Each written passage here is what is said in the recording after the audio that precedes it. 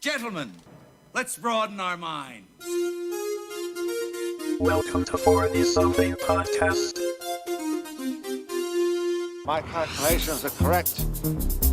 When this baby hits 88 miles per hour, you're gonna see some serious shit. It's a little childish and stupid, but then so is high school.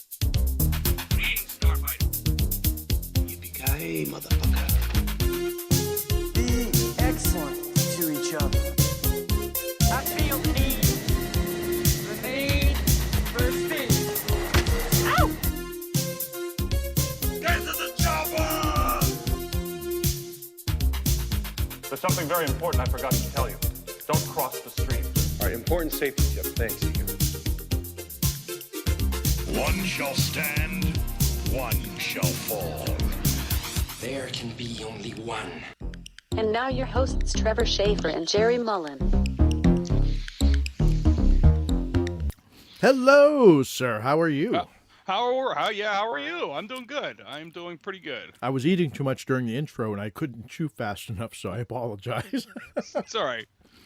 Because over 40. Because over 40, and instead of, let's see, it's a Saturday night, so instead of being out at the bar enjoying like pizza, wing, stromboli, I'm here with like probably a 60-ounce cup of water and some Chex Mix. Yeah. Because and health. Says adult more than that statement. You're home on a Saturday night. You're old now, I am old now. I turned 42 in 2 hours and 37 minutes. And it's just another day. And it really is just another day. I don't have to work on my birthday nor take a day off, which is first time in a long time. But well, let me extend an online happy birthday to you before thank you, sir. Because I got to put it on Facebook tomorrow. Because if it's not on Facebook, it doesn't exist. Yeah. Like basically most pregnancies you see, birth announcements, basically deaths. Everything on Facebook isn't real till it's there. I have to say this year, though, I made the vow, except for very few people, whenever it comes up in my friends list that it's their birthday, I stopped wishing them happy birthday because it gets monotonous. And to me, it feels hollow because I don't talk to these people in real life. And it's like, see, I'm the other way around about it. I don't, if I personally talk to you on a consistent basis, or I could actually text you, then I don't do it on Facebook. Otherwise, I just do it on Facebook. It's part of my morning process. I get up, I look at the memories, I look at the birthdays, I go through my Twitter feed, which was whatever's gone before I went to bed. You know what I mean? And then I check out the 2 pages on Facebook that I invite you to, and then. We need more of those pages. Yeah, they're great. They are. And then I do about 5 minutes of TikTok because I think that app's hilarious. And then I get up and go to work, then I get up and get a shower. Really? You do TikTok? I just watched them. I don't TikTok. So my daughter got me into it, and the videos are pretty funny. Some of them are some of them are dumb as shit. As my niece would call it, they're cringy, which is apparently a word. Yeah, my son uses that. Yeah, that's kind of cringy. I won't use that. Cringy and derpy are my son's 2 favorite. Derpy I use because of My Little Pony. Yeah, I use derpy just because I had him explain to me what derpy is. He showed me a picture. He goes, "Dad, this is derpy." I'm like, okay, I understand that now, and I will use that. Yeah, derpy. Yeah, there's a lot of language I don't get from the next generation. There's a lot of language I don't get, period. I was going to try to use the Rosetta Stone, the program. Oh, to learn a language? Learn another language, and I realize I'm 42 and Spanish is probably out of my reach. Ay de me. I actually want to try that. That's one of the things I want to do this year. I want to try to learn another language. I mean, start to learn it. Yeah, my wife took 3 years of Spanish in high school, and I think 3 or 4 years of it in college, and she works in a high Hispanic school district. So she has like conversational Spanish.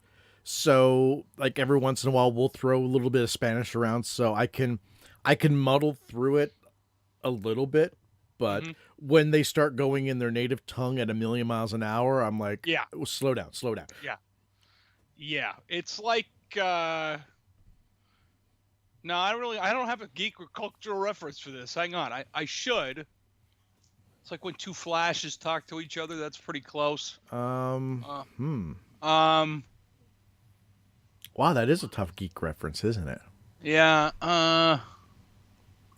There's Plusle and Lionel, but they're really from Marvel. It's like when two Klingons talk to each other. Yes. Yes. It's like they did that on The Big Bang Theory. Remember that where the two of them are talking Klingons to each other? No. And because the women are talking about something they don't understand and they're scared. So it's like two of the main characters. That guy I hate on that show. Anyway, Sheldon. I can't stand him. Yeah. I never. That's the second character I've ever seen on TV that I want to punch in the face. Okay, who was the first? Oh shit! And this is one of those moments where I had it right on the tip of my tongue. Truly a 40-something moment there. Yeah. All right. Let's skip that. I'll have to think about it and come back to. Yeah. So I'd like to try to learn Spanish. I'll have some time soon. So I was going to sit down and while I was doing things around the house, I was going to listen to it and try to learn it. Figure it'd be helpful. I've thought about that because my wife through the school gets, I don't know if it's the full course, but they get a free version of Rosetta Stone. Mm-hmm. And which, well, I got a free yeah, exactly. I was just myself. gonna say, but I'm lazy. I don't know if I really would like buckle down and really I think learn it's something I don't know how much time you have to put into it like per day. Yeah. I guess it's at your own discretion. But if I could sit down and do 30 minutes to an hour a day, I feel I would do good at it. It's like sitting down and playing a Zelda game. These days I play the older ones, and putting 30 minutes to an hour a day in is just enough for me to be happy. Okay, gotta ask. Define older ones? Which one? Like Super Nintendo? Yes, I'd say anything in the portable variety. Okay. Or before N64. Okay. I was just curious because if you're playing the NES versions and you could pay 20 minutes, I'm like, that was no way you could do that because there was no save state that you could just do arbitrarily. That you're definitely like you have to rely on the emulator save states. Yeah, and that's it's funny you say emulator because I'm happy you said that because I did have something to say. Is last time we did this show, I was having all kind of problems getting Beta Sarah to work. Yes.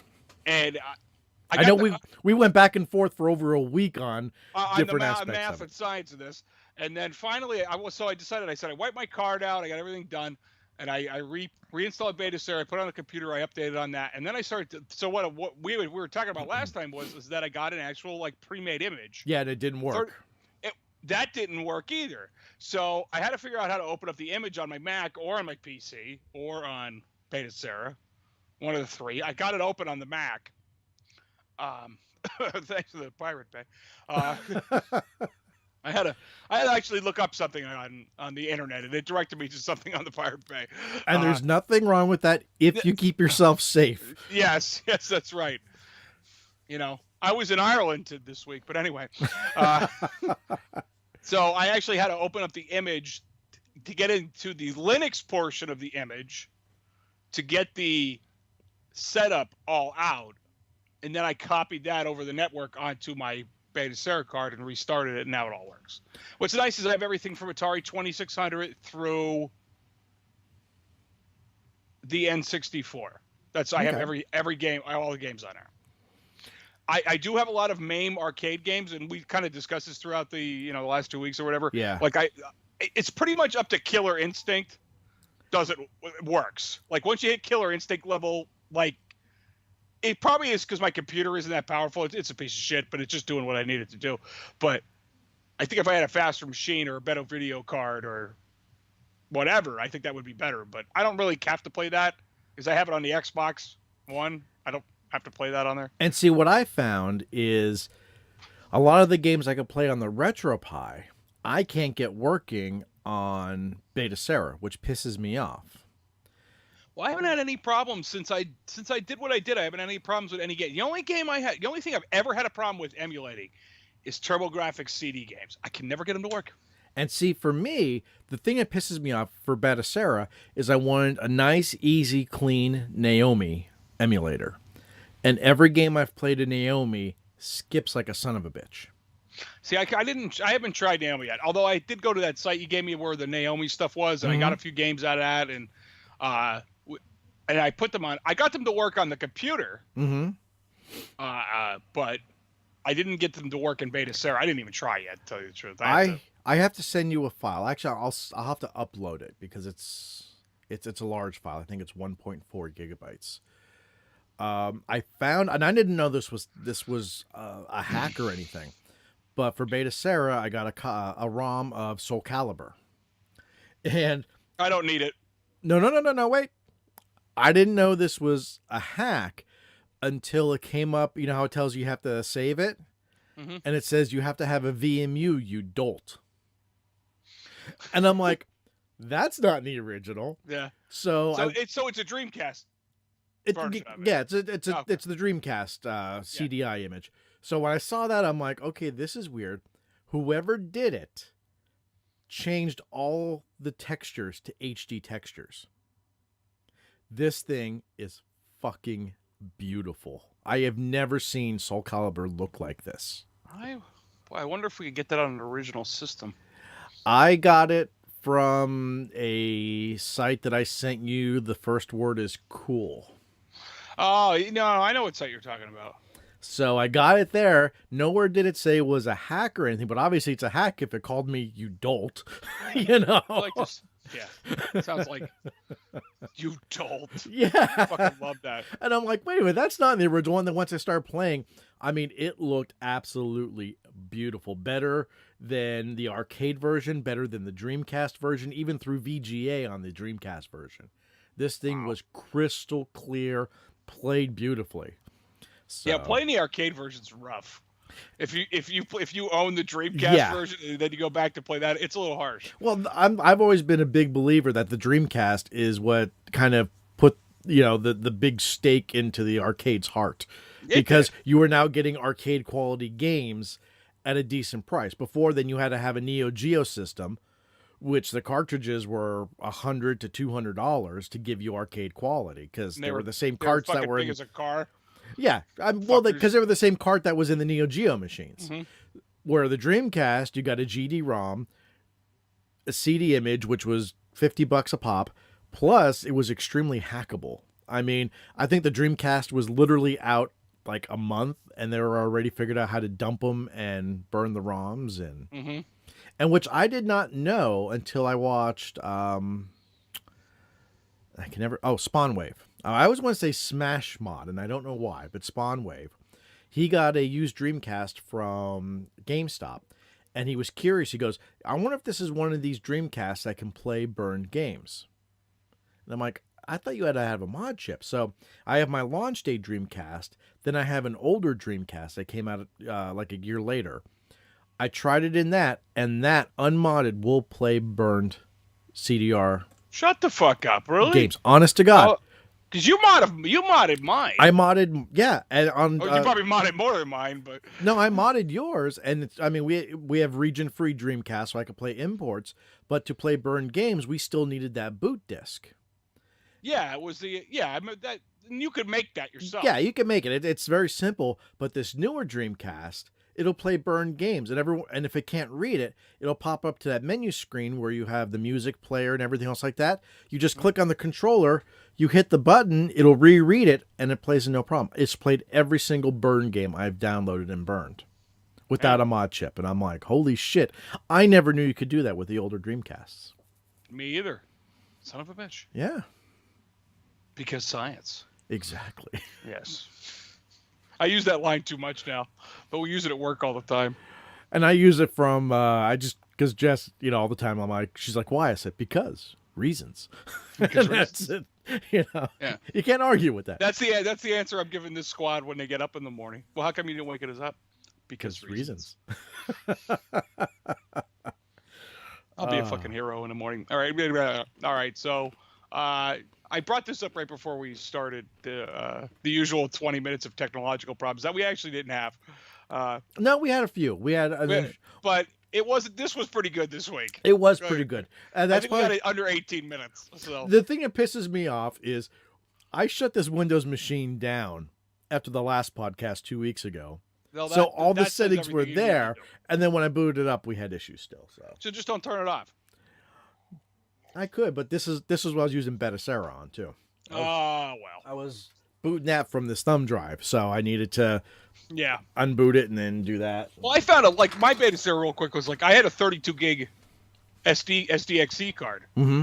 and I was like, boy, I wonder if it'll work with that. So I used Etcher and everything on it. Yeah. I'm like, fuck, I don't even need to buy anything for this.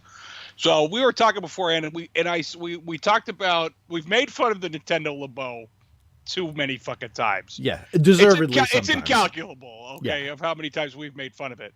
It was like the how many times you made fun of the Vita. Moving on. God rest the Vita. Yes. May she rest in peace. Anyway, but LeBeau, like now I've seen all these reviews out there that the LeBeau VR kit, which we've laughed at, is actually really good. Not that I want to buy one. No, but I have heard that it is pretty decent. But from all the reviews I read, all the reviews had the same complaint.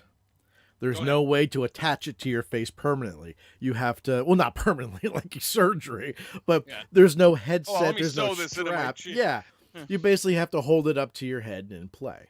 Yeah. And everyone said the same thing, too, that they can't wait for the VR version of Breath of the Wild and Mario Odyssey. Well, I don't think I could play Breath of the Wild in VR now, because I put like 230 hours in that game. I can't play it again. You know? Sure you can. Maybe because I'm getting. Oh, she's upstairs, right? Yeah. I'm getting Megan Mario Odyssey for her birthday next weekend, and I'm like, I'm just gonna buy it because I know she'll play it and I know she'll kill herself on it. We got to talk about something else gaming related as soon as we're done with this story, but like, because this is off topic with Jerry and Trev. But I just still can't see wanting to put my system near my face. I just no. I could see it if there was a way to strap it and then you had the Joy-Cons.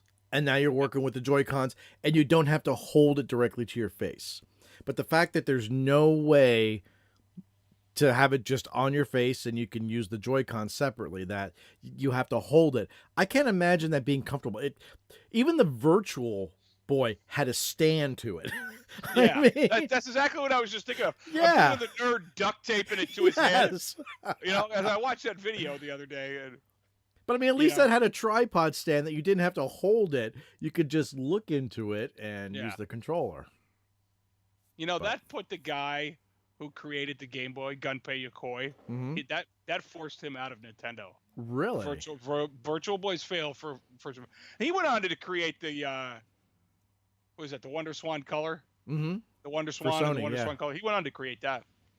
Guy was big until he died. But I saw a really good debate, again off topic, of which was Nintendo's worst system, because the Switch in Japan is within 1 million lifetime sales of the PS4. It's already surpassed the Xbox, the Wii, well, the Wii Xbox U. isn't big in Japan. No, it's small, but it's literally on pace in the next few weeks to surpass the PS4 as the best-selling console of this generation. Where was I going with this? We talked about. Wow, I just totally lost. Nintendo's biggest failure. Oh, Nintendo's biggest failure is they actually had a debate, and it was kind of debatable of which was the weaker system, the Wii U or the Virtual Boy. Oh, the Virtual Boy was. That there was. I could definitely say that. Just by its library of games alone, it tells me its weakness. There's only 14 released games for the Virtual Boy. So. That's my opinion on it. But you would you buy one if you found it in the wild on the cheap? I actually would. Me too. Yeah. I mean, I totally would. And I said that to Kelly. I said that to Kelly before. I was watching the nerd video about during the week, because I'll sit down on in my master command center that I have out there now. But anyway, I'll put it on, and I've been watching old ones. I really liked his Sega CD episode and his 32X episode and the Atari 5200. But I was like, I haven't watched that Virtual Boy one, and there's actually some neat games of the Virtual Boy. Like the Wario game is really good, as I played that, and so is the. I played Wario and Tennis, so the only two games I ever played. I played that, and I played what was that? Red Alert, because that should have been in every title, Red, and the pinball game, which I can't remember the name of it, but a friend of ours had one when we were growing up, and he thought it was the wave of the future. Even I knew it was a fucking colossal piece of shit when I saw it, but like if I found one in the wild and it was $50, I might pick it up. As long as it had a couple of games. That was the thing. I was going to say, I would probably lean more 20 because the games are expensive. Yeah. I mean, I would say $50, but it's got to have 3 games. Yeah. The only time I ever played one was the demo unit Toys R Us had at the time. That was the only time I ever played it. You can emulate it, but you need it's not the same. No.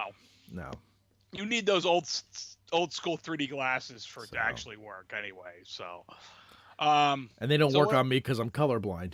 Yeah, so that doesn't really help you anyway. Because reasons. Because birth. Because genetics. Because genetics. So my daughter's birthday is next weekend, like I had said earlier, and her friends were all over here the other day, last night and this morning. And so they picked up. Have you ever played the Shantae games? No. You've never seen them? No.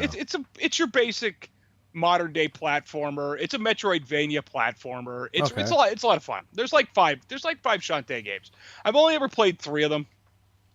The original one is super expensive to get your hands on, the Game Boy version. So we emulate it. We turn right to the emulator for that. Nothing wrong with that. Yeah. But I've never played the original one yet. It's on my list. So her and her friends are out there playing on my PS4, and they see Shantae in the, I think it's the Pirate's Curse or whatever, right? First off, Shantae is made by Way Forward, who has done a lot of great things. They've done a lot of great remakes over the years, and they're a great little company. But they draw the women in Shantae, and this is how I put it to Kelly, all the women in Shantae are blessed. Every character in the game is drawn like that. So it's a wonder it's not a Namco game. Yeah. Yeah, but it's not 3D. And you can see my appeal towards it now. Mm-hmm. But it's like a platformer, and I'll have to look that up.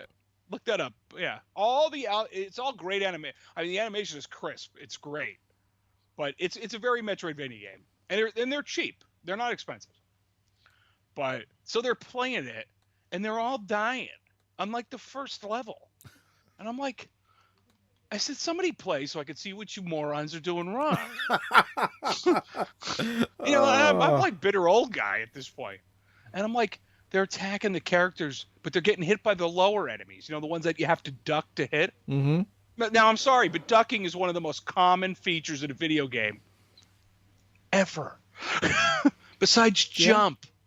The first game you could duck and jump with was Mario. You could do all that. I said, why don't you duck and then attack the guy? And you should have seen their eyes lit up like I was a fucking I had just created light. That made me feel old, though. It really did. But yeah, so then they were playing that for a while, and then I was just like, I can't watch you guys die no more, so I made them turn it off. Well, we've been playing a lot of Mortal Kombat. 2009 you said when I in the stopped house. over the other day. Yeah. Or 2011, I'm sorry. We call it Mortal Kombat 9. In fact, when you stopped by the house yesterday when Jack was sick, he was actually disappointed. He thought you were coming in because he actually wanted to play against you. Oh, I wish I could have stayed, but I had to go sit at Katie's school for 3 hours. God bless you. Yeah, So, it was a good meeting. I won't go into it, but it was a good meeting. So a lot of times at night, Jack and I'll play for a while. Then my daughter wants to play. So we'll do 2-on-2, me and my daughter on one team, and then my son with 2 characters on the other team. And we're sitting there playing, and I had to plug my controller in because my controller was about to die on the PS3. And my daughter goes, Daddy, what are you doing? I said, I have to plug it in. And she goes, oh, with the wire. I said, yeah. And I looked both of them. I said, you realize back in my day, we didn't have wireless controllers. I said, every controller had a cord that had to go to there. And literally both their faces just went like shock. And my 4-year-old daughter goes, Daddy, that's horrible. And I'm like, these kids today don't know how good it is because they'll never know the horror of having a pet, like a dog or something, run by the Nintendo and rip the controller cord out because that doesn't stop the game. The game's still going whether your controller's plugged in or not. Well, like modern systems, if it disconnects, it actually the system stops. Yeah, it pauses until you reconnect a controller. Back then, they didn't give a shit. Yeah, if you were just about to make a devilishly terrible jump in Super Mario Brothers and your controller got unplugged, you died. Yes, folks. So they had no comprehension of corded controllers, and we're gonna get to a point that they're gonna because my son grew up on the Wii. We have the Wii U. We have the Switch. That's just a matter of time that they're not going to understand controls that don't have motion control. Yeah. That they're going to. I got to say, that's not as big on the Switch as I thought it was going to be. But I'm waiting for them to pick up a controller one day and why aren't they moving? Yeah. It's although it is and it isn't. It depends on the game. I could say when you get Mario Odyssey, the best way to play it is the Joy-Con separated. Because one in each hand? One in each hand, because there's moves with the hat that are really hard to make when they're together. Like, if you're just going along, you could throw the hat. But if you do a side move, he actually throws the hat sideways. And it goes a little bit farther. You could do a quick circle, and the hat will literally circle around Mario. That there is an advantage to doing that. And when we play Monopoly now as a family, you put you could do with the Joy-Cons, or you could share a controller, but you shake it to roll the dice. See, that's nice. So, that's the smartest use of it in such a game like that. Yeah. You know what I mean? Like, what other way would you want it? I wonder if they'll have it in VR. I could just fucking lame. Here you are. Here on VR. Controller. And I'll go back to my kids' sleepover one more time. So they're out here playing Shantae and whatever. The three kids that are here, my daughter and her two friends, and Kate is sitting on the floor in between all of them watching YouTube on the Switch, and I'm like, that's like the lowest end use for that I could think of. Jack is taken to do that. It's like when I saw he installed YouTube, it's like he tarnished it. It's no. They come out here. It's like Megan will come out here and put the Switch on the dock, and then watch YouTube on it. I'm like, you could just put the computer on and do that, or your phone, or the iPad, or the umpteen systems I have hooked up in the middle room could connect to YouTube. Or the apps phone. On the TV. It's like YouTube is everywhere. No. Except the Fire Stick. That sounds like it's a problem between two companies. It is. It's a very big problem. Yeah. So, all right. So what else? All right. So we talked about. So we did that. We did Nintendo's. Well, if we did have a discussion beforehand that we agreed we discuss here, and you brought it up actually. So while we're talking about video games, is the Nerd came out with a new episode this week? The Angry Video Game. The Aladdin Deck Enhancer, which I've never actually physically seen one of them. Spoiler alert, at the end, he says he doesn't believe it was ever released to the public. Yeah, but I see a lot of... I mean, he showed 8 or 10 people in that video that physically had one. But they said that they're probably found stock and old stock because... Oh, yeah. That's like the... What is that? That cartridge that he made. The Action 52. Mm-hmm. The Action 52 was never released to the public. Yeah. They just found cartridges in a warehouse one day and sold them all off. Same thing with Cheetah Men 2. Yeah. Yeah. Yeah. So anyway, so what's your issue with that episode? I thought that episode was pretty funny. I mean, it was. I knew what the thing was because I had watched the Gaming Historian's video about it already. Because his videos are getting too fucking long, though. They are half and half. I got to watch some and then watch some later. But when I see a new video and it's like 45 minutes, I'm like, I don't have time for that in my life. That's 3 chunks. Yeah. 15 minutes is my maximum video watching these days. Except for that video I sent you, Civi's Pro Blood. I haven't seen it. I'm probably going to watch it tonight, honestly. Yeah, watch it tonight. My brother texted me. I said, it's actually really a funny video set. I think there's 5 for Blood and 3 for Shadow Warrior. But and he says the guy only died 45 times because he's playing it on like the hardest difficulty. But that's besides the point. So go ahead. Anyway, my biggest issue was not content. The content was great. And this is going to sound very entitled. I thought the acting was horrible. I You know, on his part, you mean? Yeah. No, I didn't. I just thought it was very forced. Like, he wasn't that into it, and just, it was, I don't know. It wasn't as polished as other episodes. That the episode came out versus the one about the magazines he seemed to just have. Yeah. You know, Game Pro and all that he did the video on. They seemed to come out back to back. Well, not, you know what I mean? Like, yeah, I know. Like, and it's been he's been having a long gap in between episodes because he does have a life, you know, and he has children and he has other video series to do and things. But no, I didn't see that. You know, it'll make me watch it again to see if I see that. But I think I'm so used to how shitty the video. I mean, his videos are like they're not fucking Steven Spielberg quality. No, not at all. But you expect a level of polish on them. Yeah. If that's what you mean. And he didn't seem into it. Nerdy enough, I guess you could say. He did. Yeah. He was just kind of more explaining it, like he wasn't having as many rants or anything like that. All right, yeah. I'll give you that. I'll have to watch it again to see Again, I loved it. It was just, it felt like he was just phoning it home, you know, kind of. I think he needs Mike in the videos, but I'm starting to not stand him either. But yeah, he's small doses. Yeah, I actually stopped watching James and Mike Mondays because of him for a while. He's loud. He's obnoxious. James and Mike Monday is not playing anything that I would watch. No. That's the only reason. If I see it come up and it's something I've played, I will watch it. But if it's like, or if it's a gimmicky episode, like if it has another person on it from another show that I'd like I will watch it if he has Pat Denny, he has Punk on there. Like I kind of like his shit. I don't like Ian, but we've been through this. We've been through this many times. Yeah.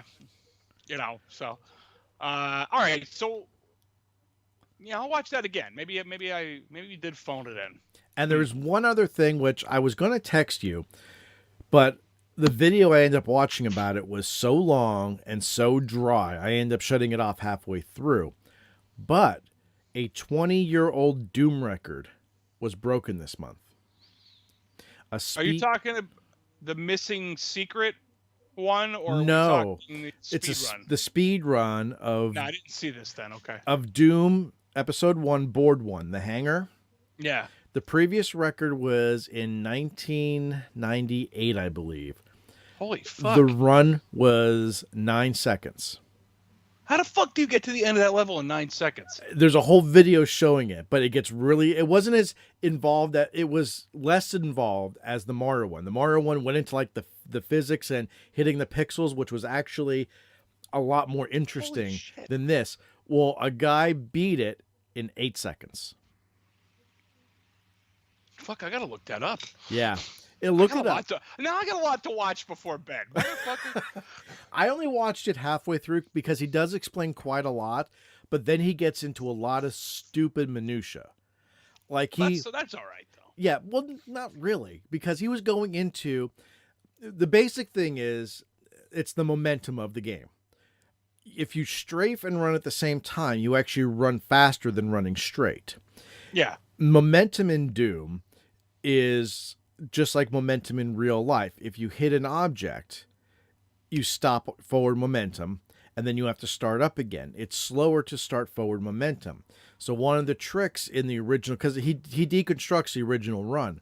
The original run, whenever he hits a door, as soon as he opens the door, he starts backing up and then moves forward to keep his momentum. Yes. So he's not standing there. The monsters are all random generated. And all this is done on ultraviolence, by the way. Of course. That they're randomly generated. That he said it could take sometimes hundreds of runs to get that right pattern at the right time, that you don't get hit by a single enemy, that you don't touch a single enemy. Which was all fascinating and showing how he gets to the end. I mean, the original run, excuse me, is fantastic to watch. But then he goes into the physics of, okay, if you hit the Marine, he knocks you back this much. If you get shot by him, it knocks you back this much. The imp fireball knocks you back. And I'm like, I don't give a shit how far it knocks you back. You know? I understand what you mean now. Now you're getting involved in shit I don't care about. That I understand when you get hit, it knocks you back. I don't need to know how far it knocks you back. But no, it actually is very interesting to watch just for that original run, because he did the run as a test and he got 10 seconds. And the one thing I did not know is at your speed at the end of the level, it rounds it down to the nearest second. So if you complete a level in 9.9 seconds, it marks you down as 9 seconds. Instead of 10. Instead of 10. Oh, so it doesn't do common math. It doesn't. It rounds it down. So, but that I found that interesting. So that's where it's a good way to cheat, that you don't have to do it in 9 seconds. You could do it in almost 10. Technically, the first guy could have done it in 8.99 seconds and still won. And still, yeah, exactly. Still have his time. Yeah. So, but yeah, 20-year-old Doom record came down from 9 seconds to 8 seconds. Wow. So. Now I have too much to watch. So, all right. Now, Star Wars had a trailer this week. It did. I'm sure everybody knows about that. I'm sure everybody knows about that. We talked about this briefly for a few minutes, so we wouldn't really blow the topic. Yeah, so we touched upon one little thing, so this is all fresh chat for us, because we actually didn't even talk yesterday about it when it dropped. No, which is probably better. It is for me and you. Don't get me wrong about the trailer, and I had said this before we even started. I said I just wasn't really impressed by it, and I'll probably get hated for life by saying that, because oh my God, Star Wars is, it's almost over now, and it's essentially over anyway, because like the movie's almost done. But I really personally believe that I know there's a bunch of memes out there about this joke, but I really believe that Disney put this trailer out so people don't forget that Star Wars is coming, even though the Avengers is coming. And Avengers comes out in 2 weeks or whatever, or even less now. And, I really believe that them putting the Emperor's laugh at the end of the trailer, I don't know. That was yeah. That's probably the best part of the trailer for me. I think the trailer in its overall trailerness was exactly what it was a teaser, and it was a shitty one at that. Except for the Palpatine part. I think I will disagree. I think this teaser was nothing but a nostalgia train. Because, the opening, you have Rey on, we don't know what planet it is, going toe-to-toe with a TIE Interceptor. But then you had Kylo Ren, just bulldozing a guy. But then you see him reconstructing his mask that got shattered in The Force Awakens. So, okay, there's a little bit of nostalgia there. But then, we saw Leia, which is great to see a goodbye to Carrie Fisher in this movie. Yeah. But then you see the Falcon. And who's driving the Falcon now? Fucking Lando Calrissian. And just the Lando laugh and everything. That was fantastic. Then you see 3PO. I don't remember the other guy's name. Poe. Yeah. I forget his full name. Damon? Is it Damon? No, it's not Damon Poe. Anyway, Poe. He was Let's just go with Poe. Yeah. And it looked like they were on a sand skiff, very similar to Jabba's in Jedi. And then, of course, all right. The biggest nostalgia was at the end there, like we said. And we should say that, Mark Hamill's Luke Skywalker is narrating this whole thing. And at the end, he's like, nothing ever goes away or nothing ever disappears completely. I forget the exact wording. And then you see a huge chunk of the Death Star. And you're right, seeing the chunk of the Death Star on a planet and then hearing Palpatine's laugh was just, to me, that was nothing but a nostalgia trip, because Snoke was a complete disappointment. We never got a backstory. Snoke was a joke. I see what you did there, Dr. You see what I did there? But he was killed off way too easily. On my geek card. But he was killed off too easily and cheesy. The fight post Snoke death was amazing. When they're fighting his Imperial guards, that was, one of the highlights of the Last Jedi. They pulled up the 18 other versions of the lightsaber that you didn't know existed. You be fucking kidding me. That's one of the most inconsistent things in Star Wars is the lightsabers. There's a lot. Don't get me wrong. But it's like every time they do a new movie, there's another version of it. Well, no, because they were using energy weapons, which is different. We saw that in The Force Awakens with that. I know they nicknamed him TR-8R for traitor, but the guy who goes up against see, my mind is blank with all the new Star Wars characters' names. But he goes up. He has that riot wand. Yeah. Where the other guy, I don't remember his name. The ex stormtrooper. Yeah, the idiot stormtrooper. John Boyega. I don't. God damn it! Why Finn? Finn. Finn. Yeah. I'm sorry, but he is the Doobie Downer of the fucking series, yes. man. I'm sorry. He really is. I don't know how to work. There's not even a relatable original Star Wars character to fucking to mirror him with. And if you say Jar Jar Binks, I'm gonna fucking disconnect right now. That movie doesn't exist. I would say the closest thing. Well, no, you really can't even go there. I don't know. Yeah, how about? No, wait a minute. Salacious Crumb.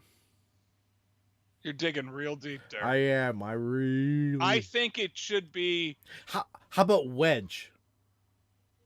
Yeah, okay. He survived all the movies. He just showed up briefly and really didn't contribute too much to the overall story.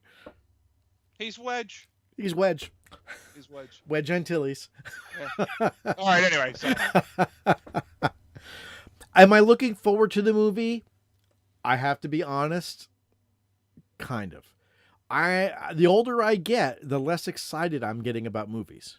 And I think because a lot of the movies I've been excited for over the last few years have been a huge letdown.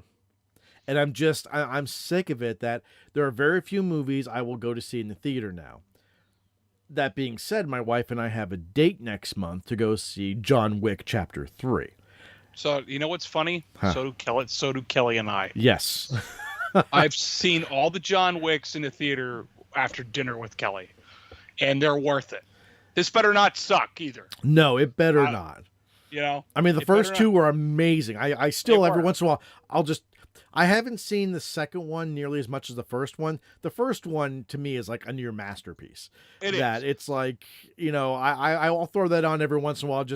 I need a John Wick fix, What I'll do is, John Wick's already become a movie I could put on in the background while I'm doing things around the house. Yeah. And then when I stop and when John starts to kill people, which is a lot of the movie, I'll just stop what I'm doing. Yeah. Watch him kill people. And then I'll continue my, vacuuming or whatever I'm doing. The whole nightclub and bathhouse scene is just a work of art. Man. I like that the guard that was outside the club. Mm-hmm. That's the wrestler. That's Kevin Nash, the wrestler. He was the guy that played the Super Shredder in the Turtles 2. Wow, that's digging deep. Yeah, I did know. He's been in a lot of stuff, actually. He's kind of been like, every time you need a tall, dumb-looking guy, which, first off, the guy's really intelligent. He's super smart, but when you need a tall, dumb-looking dude, they call upon Kevin Nash for some reason. I don't know why that is. Like, you ever see The Punisher with Thomas Jane? Oh, yeah. The Russian that beats the shit out of him in his house? Oh, yeah, the big striped shirt, yeah. Yeah, that's Kevin Nash. That was a brutal scene. That fucking scene's awesome. The part where he fucking dumbbells his pistol and bends the barrel, and then you can see Thomas Jane go, what the I don't know. That's one of my favorite movies is that Punisher with Thomas Jane. Don't get me wrong, the Punisher series on Netflix is fantastic too, although I have to watch the second season. I have to finish that yet, but I haven't watched any of them. The only Marvel series I've watched on Netflix religiously was Jessica Jones. I watched the first 2 episodes of Daredevil, never got back to it. Haven't seen any Luke Cage. Haven't seen any of the Punisher. I watched the first season of everything. I watched the second season of Jessica Jones, and then I fell out of love with it all. Really? Yeah, I don't know why. And I was like that about the DC shows too. Like the DC shows, there were too many. I watched the first season of Arrow, and then before I knew it, I mean, we had Supergirl, Arrow, Flash, and they're all crossing over. Then what was the other one? Heroes of Tomorrow or something? Legends of Tomorrow. Legends of Tomorrow, and yeah. I'm like, Like Okay. I watched The Flash as soon as it came on TV because The Flash is one of my favorite DC characters, but I had never watched Arrow. Mm-hmm. And Kelly's like, well, you're going to be missing. I said, I don't care. I said, I can watch The Flash, and the Flash is self-contained. But then it was like, Supergirl I had never watched, even though she's really cute. She is. She is. We are over 40 guys, so don't judge. No. And then, The Legends of Tomorrow comes out, and the first season of that was, it was meh.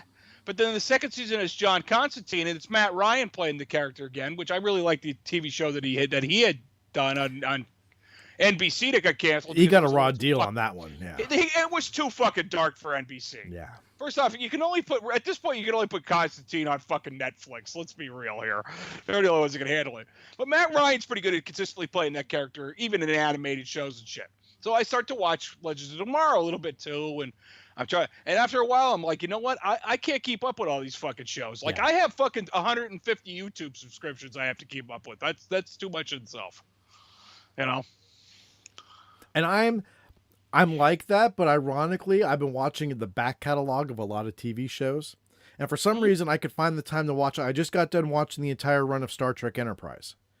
I had never watched the entire run, and I started episode 1, went right through, which I'll tell you what, I used to shit on that series and say it looks stupid. That's the Scott Bakula one, right? Okay. It is. If you could get through the first 2 seasons, season 3 is where season 3 is with just one storyline, and the closest thing I could tell you to it's very Dominion War like.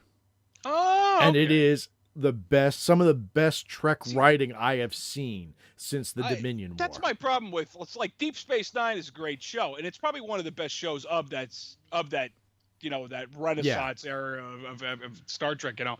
But you really got to get through those first 2 seasons of Deep Space Nine. Yeah, you got to chew your way through them. It's the same way with the Next Gen. The first season of Next Gen is just abysmal. The second season picks up a little bit. Third season, I mean, everyone knows their character. The writing gets a lot better, and then you start getting some really I good never episodes. watched Voyager.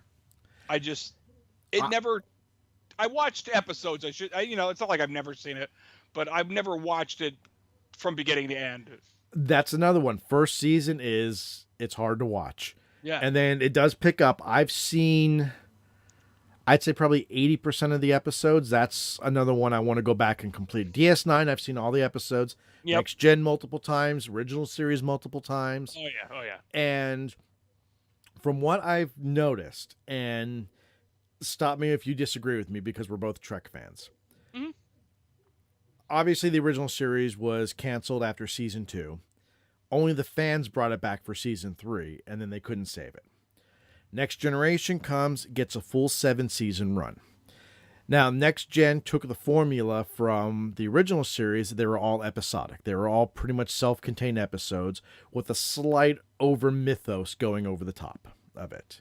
But or you'd have the occasional end of season, beginning of season, fucking part 1, part 2. Yeah, bullshit, but it's still one episode. Yeah, like Best of Both Worlds, you kind of had that Borg overtone with Picard for the rest of the series. I know what you mean there. Yeah, but it was mostly self-contained one-shot episodes. DS9 came out. The first 2 seasons were pretty much that, and then they decided to tell a long-form story for the rest of the run. They did. And because of that, a lot of people, it's always the redheaded stepchild of the Star Trek universe, because you do have to invest in those episodes. You can't just pick it up and see it on TV. Exactly. You can't go. You'd be lucky to do that anyway, but you can't go. You can't go on Netflix and go DS9 season 6 episode 4. I want to watch that, because you're not going to know a goddamn thing of what's going on. You're not going to know what happened to these characters and why they're acting like that, or where we are in the Dominion War. And it's just you have to sit down and you have to trug through it to get the whole storyline, which is fantastic. It is amazing writing. Then you have Voyager come out, went back to the episodic with a slight mythos overtone. That lasted for 7 seasons, which all of them did. But then you had Enterprise come out. First episode was okay, but they started a mythos at the very beginning. and gradually went up, and it pretty much plateaued at season 3. But it kept the same thing. You had your episodic episodes, but for the same thing, you kind of had to watch all the way through to really get the overall storyline, because there were storylines from season 1 that went all the way through to the very last season. Yeah. But it was robbed because it was only 4 seasons, and at the very end, the last episode, well, the last 3 episodes were such a cop-out. Because wasn't the last episode didn't have Riker and Troy in it? Yeah, and they Enterprise. That's all I know about that show. Yeah, actually. it went 6 years into the future, technically in Enterprise time, and explored their final mission through the holodeck. Yeah. So you never got to saw the progression of the storyline that they quickly rushed through the 2 previous episodes that they knew they were ending, and they were trying to wrap things up, and they did it in a very lazy and cop-out way. That it was a shame to see that, because if that had gone on for another 3 seasons, I think that would have been the best written Trek to date. I think that's what did they say in Deadpool 2? He goes, God, that's just lazy writing. Yes. You know? And saying that, I've actually binged the real redheaded stepchild of the Star Trek universe, which is Star Trek Discovery. And I could say I've binged the first season. Wouldn't you really think that Star Trek the animated series would be the redheaded stepchild? No, because it has the original series cast in it. It does, but it's not really that great. I mean. But live action, we'll say. And a lot of people give Discovery shit for canon. And after watching the first season, absolutely fell in love with Captain Lorca. Won't give any spoilers. Second season, Discovery takes over from Captain Pike. And the guy who plays Captain Pike, oh my God. I actually read online in my one Star Trek group that they're actually fan petitioning for a spin-off series of Pike on the Enterprise. And the season finale is next week, or this coming week, I should say. And I can't wait for it, because I can't think of this show as being part of the canon universe. I think of it you have to think of it almost as an alternative universe, because the tech is so much more advanced than any other series. Mm-hmm. But again, the writing is fantastic, and each season is a single storyline. See, that's good. I think it should be like which that. Is nice. And you're going to love this, but in last week's episode, or technically this week's, but in the episode, the current episode, they actually show the Enterprise bridge reimagined in that universe.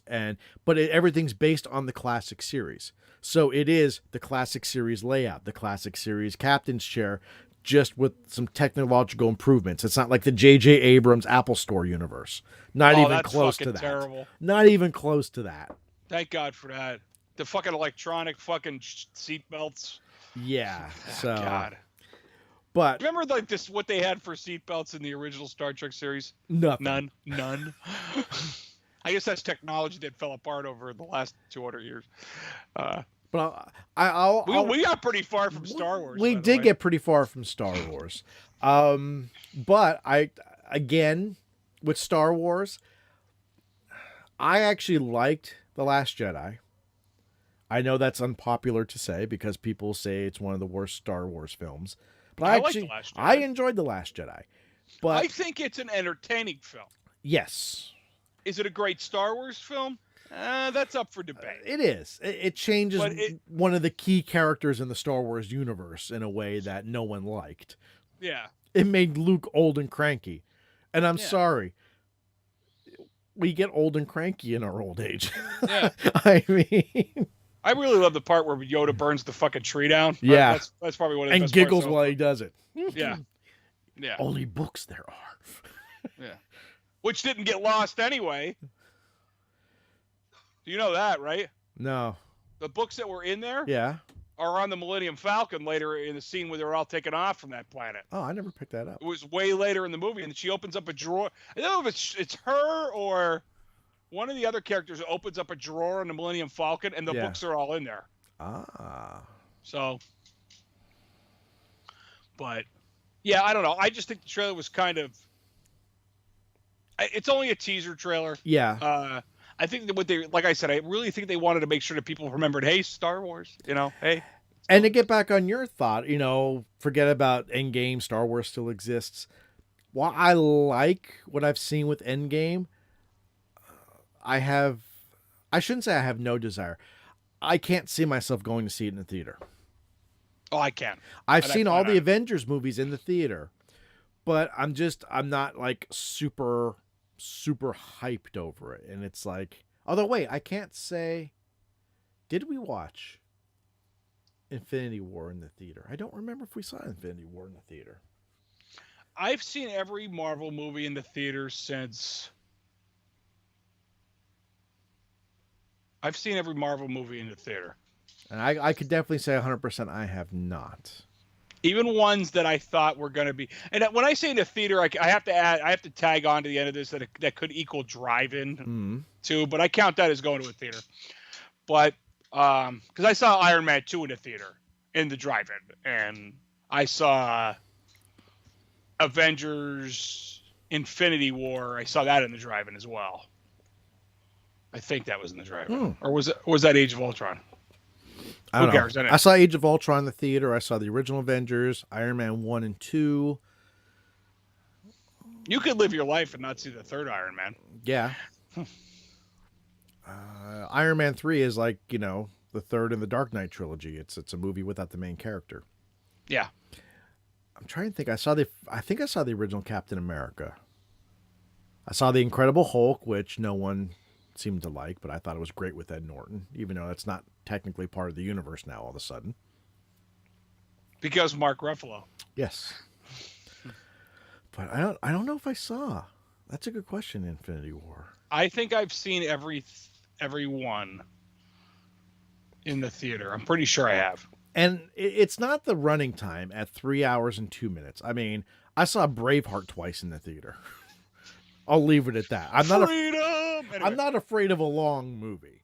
No. But it's just... You're afraid with your kids at that kind of time. I would never take my kids to that. Or when I see 2 hour movie, I start sweating it. So, but my son's old enough now. I let him go to the bathroom on his own, so I don't have to worry about it. Go ahead anyway. But I don't think that movie could ever live up to the hype that everyone's giving it. Kind of like an episode 1 type of thing right now. Yeah. I think it's gonna, though. Okay. I really believe that. I mean, like, right now, you have to, like, have you seen Captain Marvel? No, I have not. Oh, you haven't seen Captain Marvel yet? No. Captain Marvel's really good. We get to go to about 3 movies a year, so we have to choose them carefully. I haven't been to movies in a while, but I've seen Captain Marvel. Between the lines. Yeah. Gray area. Right here. It's a gray area. And I recently had seen Shazam, which if you get a chance to at least take Jack to see Shazam, it's great for kids. There's minimal amount of language, very minimal. I don't care about language with Jack. I know that. The sex I worry about with him. That's it's hypocritical, but we'll have a discussion about that in a few minutes anyway. But there's none of that in it at all. Yeah. And you don't really need to know much about the character to get everything out of the film. Honestly, the only thing I know about Shazam, besides what you've told me, is playing him in the video games in Injustice. Yeah. And I think he's in Mortal Kombat versus DC Universe, if I remember. I don't remember because that game's pretty bad. It is, but I've always wanted to play Batman against Scorpion, and I got to do that. Yes, you're right. You're right. So we had we've kind of always talked about the sex in front of your kids thing, yes, on television and movies and stuff like that. And it's one of my things where I don't numb the kids from really anything, language or because I watch The Nerd on my TV out there, and that really you're getting a lot out of the language barrier there. If you don't care, you know what I mean? Yeah, sometimes if he's going on too much, I'll stop it. You know what I mean? I'm like, all right, I've kind of gone too far. But I'm starting to think this conversation should be afterwards now. We can have it afterwards if you want. Yeah, as I start to process part of it in my head, I'm thinking I could probably get in trouble if I continue this conversation the way it goes. We'll save it for the private after show. Yeah, the private after. Our therapy session. Yeah, our private after therapy. Yeah, because I was thinking, as I got more in my head, I'm like, oh, shit. I can't do no more. Backpedal. Yeah. Waving you off. 3, 2, 1. All systems failed. All right. Yeah, okay, well, let's go back to talking about movie trailers. Okay, go ahead. Another trailer dropped 2 weeks ago. It was right after we filmed the podcast. A movie which I kind of been following. When they announced, I thought it was going to be horrible. I didn't see how they're going to make it work. And after seeing the trailer, I'm excited about it, which is, I never thought I'd say this, I'm excited for Joaquin Phoenix's Joker. Oh, here we go. I can't I watched that trailer on my lunch at work the other day. Mm-hmm. I was sitting down having my leftover pizza or tuna fish or whatever I was eating at the time. And I was like, well, and you keep getting, no matter what you do, YouTube's tricky like that. Like, you'll keep getting a lot of the same ads over and over. And I kept skipping them because I wanted to, you only got so much time for your lunch. And did you notice they're putting movie trailers as ads now? Yes. I know. Yes. But you only got to watch 5 seconds of it to skip it. So, but I like that though. I love movie trailers, and like a trailer I'd never heard of before. I'm like, oh, I'll watch that. I'll watch that full ad. My damn kids kept me up late the night before. Anyway, so I watched this trailer for Joker, and I just don't think it looks as good as you're making it out to be right now. I think it looks like a completely different. It's a completely different take. I mean, it's a way different take on the character. It's a different kind of origin story. But I don't see this. I put this in the not going to do really good column. And that's fine because, I mean, let's be honest, historically DC movies have not done that well. No. I mean, unless the DC hero has boobs. I mean, that's pretty much what sells for that. I mean, Aquaman did well, but I watched that and my wife and I thought it was just a horrible movie. But again, I enjoyed Aquaman. I don't know. We pick things apart and sometimes we enjoy that, and it was just, I think, well, you know what, Kelly, Kelly and I had to stop doing that years ago because Kelly hates that. Yeah. I will shred a movie if I know. Oh, and see, we take pleasure in that. Yeah, but I've stopped doing that over the years. At least when she's here, like, I'll stop doing that. But so now I've come to respect that. You know what? Is the 2 hour, however long the movie is, I just say 2 hours because that's what it is. Did it entertain me? Okay, I can see that. 2 hours of entertainment. You know what I mean? Was it so non-entertaining, or as my kids would say, it was not good? That you wanted to stop it. Like, the only movie I've stopped in the last probably 15 years is Napoleon Dynamite. Oh, see, I love that movie. That fucking movie's horrific. Oh, no. I can't believe anybody watched that. The only movie I ever walked out of was Striptease. I've never walked out of a movie just because I believe if I'm paying $7 or $8 to watch a movie, no matter what, I'm going to sit there. Even if I make fun of it or sit there on my phone, I'm getting my money's worth out of it. Yeah. I think after we stopped seeing Demi Moore's chest in the movie. Now, remember, Striptease, I was like 18. Yeah. Let's go back in time here. After we stopped seeing Demi Moore naked, I was like, yeah, this movie could be over now. And I got in the car with my buddy and we left halfway through it. What I'm looking forward to in the Joker is, compared to all the other portrayals of the Joker, going back. I'm happy it's not Jared Leto. What's that? I'm happy it's not Jared Leto. I actually still have not seen Suicide Squad, and the fact that he's the Joker is actually part of it. I'm not a big fan of Jared Leto to begin with, and what he did to the Joker character should be a mortal sin. I think it's just like, we'll get back to that once, whatever, but it's like, I think every actor's had their take of it. Yeah. From, the old TV show all the way through to Joaquin Phoenix now. They've all had their take on it. We all have our favorites. Mm-hmm. You know what I mean? I think when it comes to the live action version, you cannot take anything away from Heath Ledger. No, you can't. He was just the anarchist, and I love that part about him. And this is where I was going with that, where Heath Ledger played a more realistic Joker than we've ever seen before. Mm-hmm. Someone who was as crazy as he was very down to earth. He knew what he was doing. It wasn't just random acts of violence. There was a method behind his madness, as they say. That like the one line in The Dark Knight says it all. He goes, "Look what I did in this town with a couple of bullets and a few gallons of gasoline." Exactly. And that's I'm telling you. Yeah. Man, I use that line at work all the time, and I don't know why. Because it's fucking morbid. But I love that portrayal. And to me, Joaquin Phoenix, again, it's an origin story, which, yeah, we don't need more origin stories, people, but still. We should redo Spider-Man again. Do we really? Do we have to fucking go there?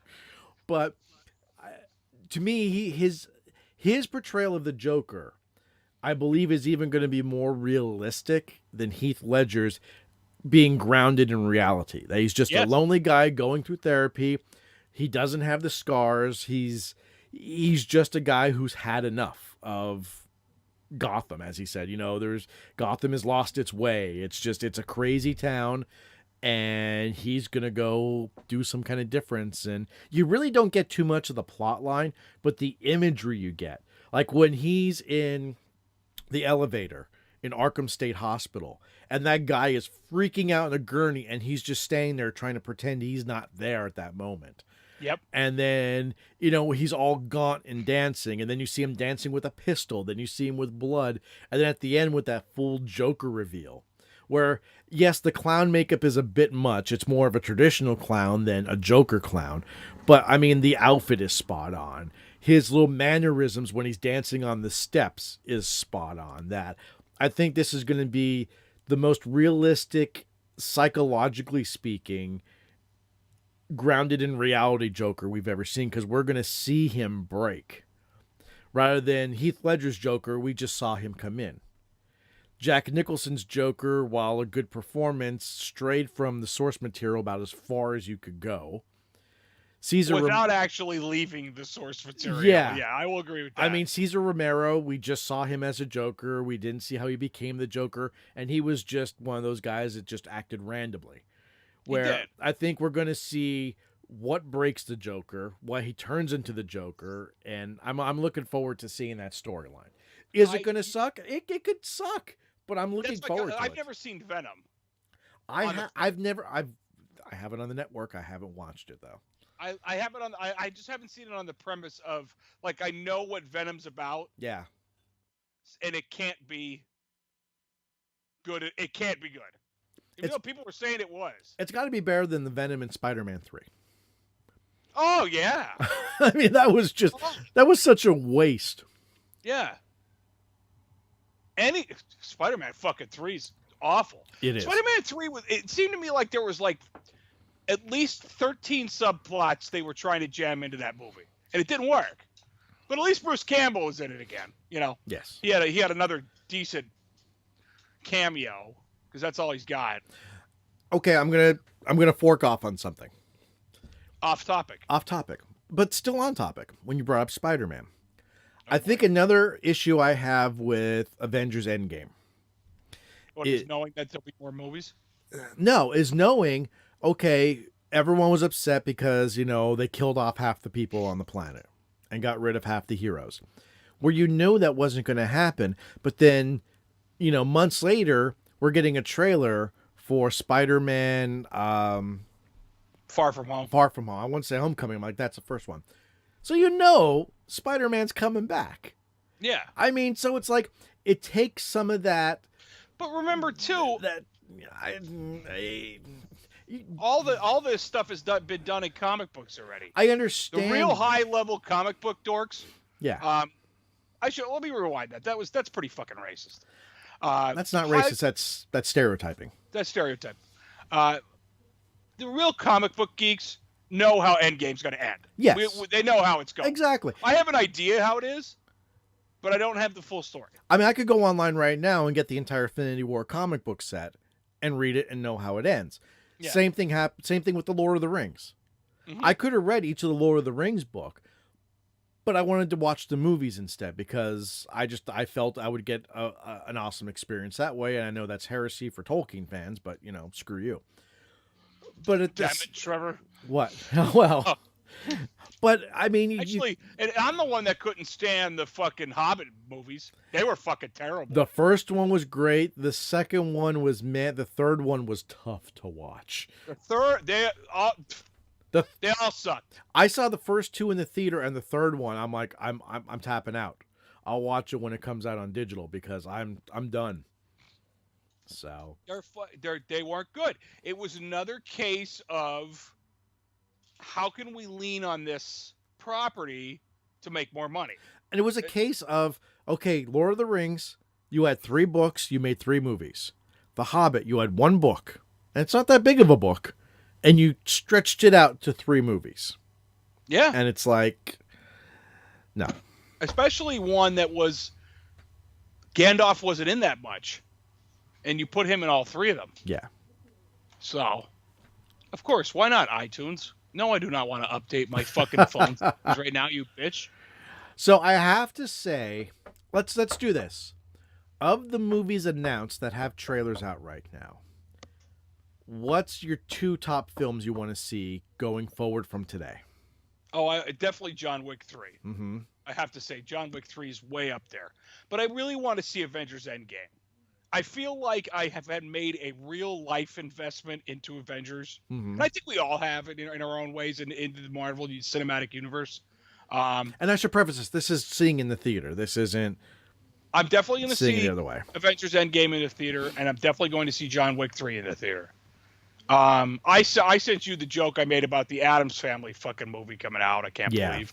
I think Raul Julia's spinning in his grave. But yeah, those are the 2 movies I'm most looking forward to. Yeah. Okay, I'm gonna leave it at that. Yeah. You're gonna leave it at that? I'm gonna leave it at that. You? For me to see in the theater, John Wick 3, complete agreement there. And for a completely different reason, I will say Star Wars. Because I've seen every single Star Wars in the theater. Granted, I didn't see the original trilogy when it came out because, I was born when the first one came out. But I saw all the special editions when they came out, which to me still counts. I saw them on the big screen. And the special thing is, since The Force Awakens came out, I've been taking my son to every Star Wars movie. Yeah, and so I'm looking at a family affair. Exactly. I'm looking forward to finishing this trilogy with my son in the theater. And you know what? That's how we were about How to Train Your Dragon. Mm-hmm. That's how we were about Hotel Transylvania. And I know these aren't as popular as Star Wars. I totally get that. But, I remember taking Megan to the first Hotel Transylvania when she was little, Mm-hmm. And then the second one came out and Kate was little. And then the third one came out, this past year. And How to Train Your Dragon, that's been a long time too. So I feel like especially with the Netflix series. And... Yeah, they did all this, and they've watched them all. I could say I've only seen the films. That's all I've got on the series. Actually, the first 2 seasons actually weren't bad. I never watched them because I was like, you know what? Because I really only liked Toothless. That's all I liked about that series. He was like a cat. Am I wrong? Like a cat? No, and dog? we had a cat named Spike that had like the same exact mannerisms as Toothless, and we laughed that we kind of called him Toothless after that. Yeah, because he was like, oh man. Yeah, have you seen the new one? I have not. Oh man, I don't know what you're waiting for on that. I've got such a movie backlog. It's not even funny. I'm sorry, is that what it is? Like right now, my wife is upstairs. She's binging the new season of Sabrina. That's her big thing right now. That's what. Oh, let's talk about binging, shall we? Well, hang on. I'm gonna say one other thing. Go ahead. The third movie, because I'm gonna add a third movie here for a completely different reason that we haven't discussed, that I know you're never gonna go see in the theater, is I'm looking forward to going to see Frozen 2 in November. Oh, no, I want to see Frozen 2. Because my daughter is so excited at 4 years old to go see a new Frozen movie that this will be the first movie we've taken her to where she's invested in the first movie. We took her to her first movie was The Incredibles 2, and we had a blast. She had a blast, but she had never seen the first one.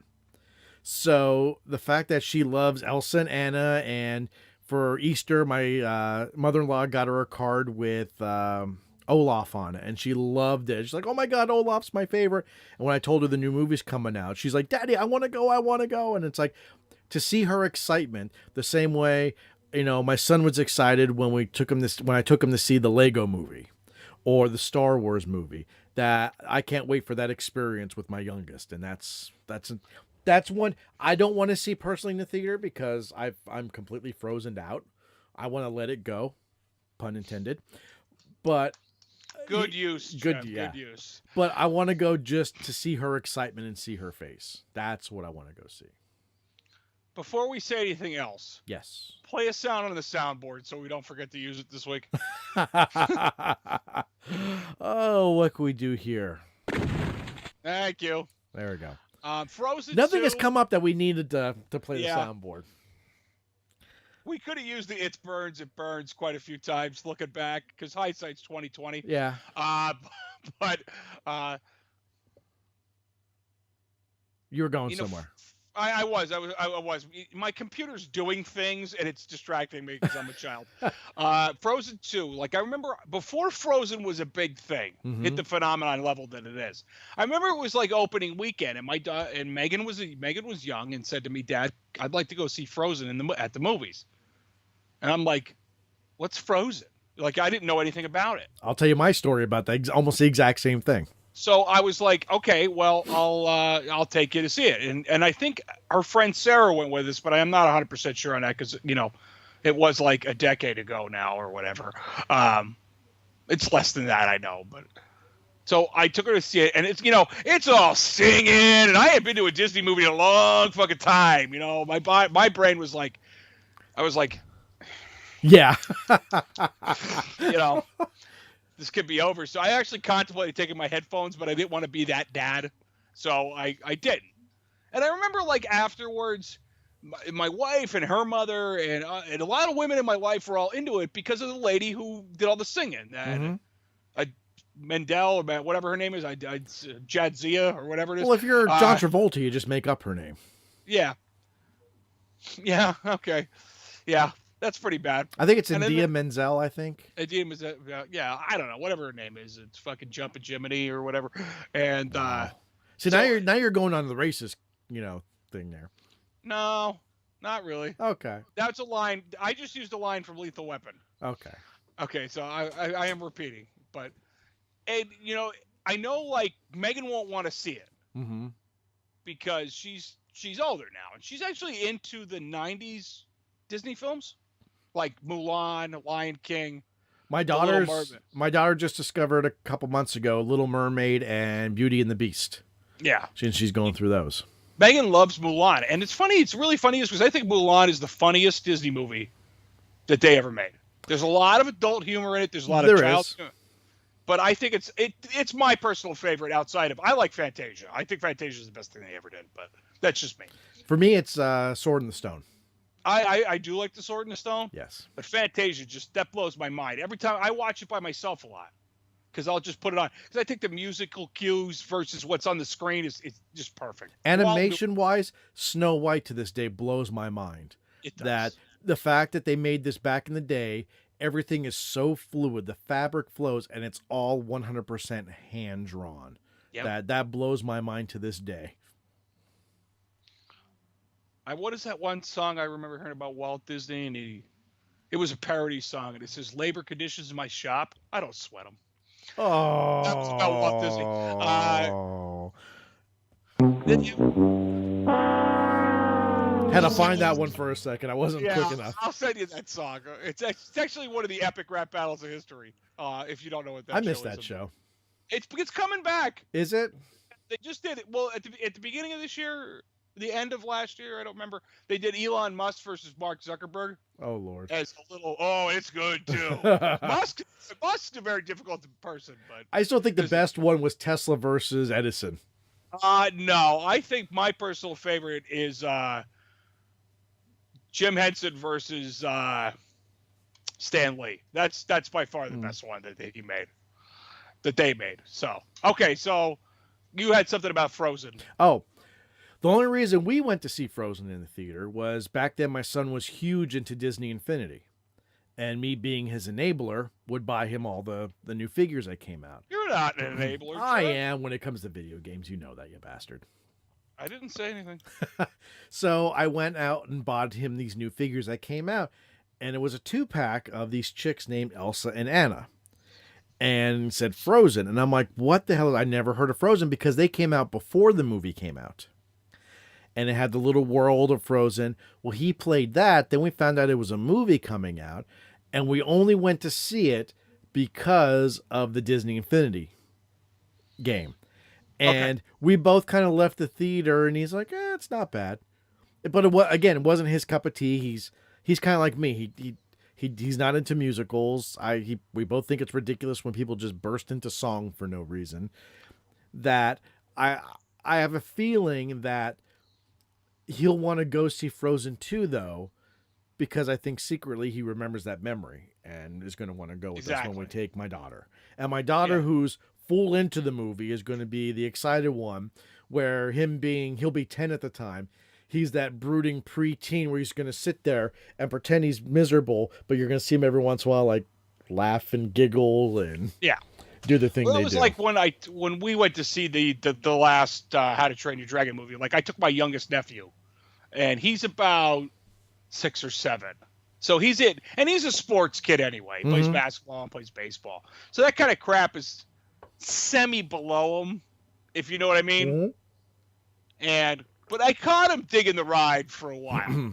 I remember looking over because I made sure that the real young kid sat in between me and Kelly. Like, Megan sat on this side of me, and it was me, and then my youngest nephew, Katie, Kelly, and then my oldest nephew was on the other side. He came for crowd control, which was really great. I told him, I said, well, I'll buy you dinner. I said, if you help us just kind of wrangle all these kids. And he's like, yeah, I'll go. He goes, and he says, I want to see it anyway. Because, he saw them all when he was younger too, But I actually, he was like that too. I remember him sitting there and he's like, just tapping his foot or whatever. Yeah. But, then there would be like a really great part and he would be like, you got to set up and stuff. So, but that's an over 40 thing because, taking kids to the movies, you only learn that through attrition. Oh, yes. That's the only way you learn that. Nothing prepares you for that. No, nothing can prepare you. I remember the first time I took Catherine to the movies. I remember the first movie I took her to see was Guardians of the Galaxy. Well, that's an interesting choice. Well, it was because she wanted to see it because of Groot. Mm-hmm. She said, I want to see the movie with Groot. I said, you don't even know who Groot is. She goes, the tree guy. I'm like, all right, well, now you know who Groot is. So anyway, I remember taking her, and it was piss trip after piss trip after piss trip. And, like, Kelly and I can only trade it so many times, Yeah. It's hard. You really, that's one of those life lessons, like, your mom can't tell you about it. No. Your parents, or I should say your parents, because your parents can't tell you about it. You have to experience that for yourself. And you have to be responsible about it because we've all been to that movie where someone has taken their kid or baby who's way too young and they've cried for the entire movie or half the movie. I would never do that. And I would never do that. My kids as babies to the drive-in. Yeah. I did that. When Kate was a baby, and she was like, we were still bottle feeding her. And Kelly wanted to see something. And I said, we can't take an infant to the movie theater. I said, I'm not that kind of person. Yeah.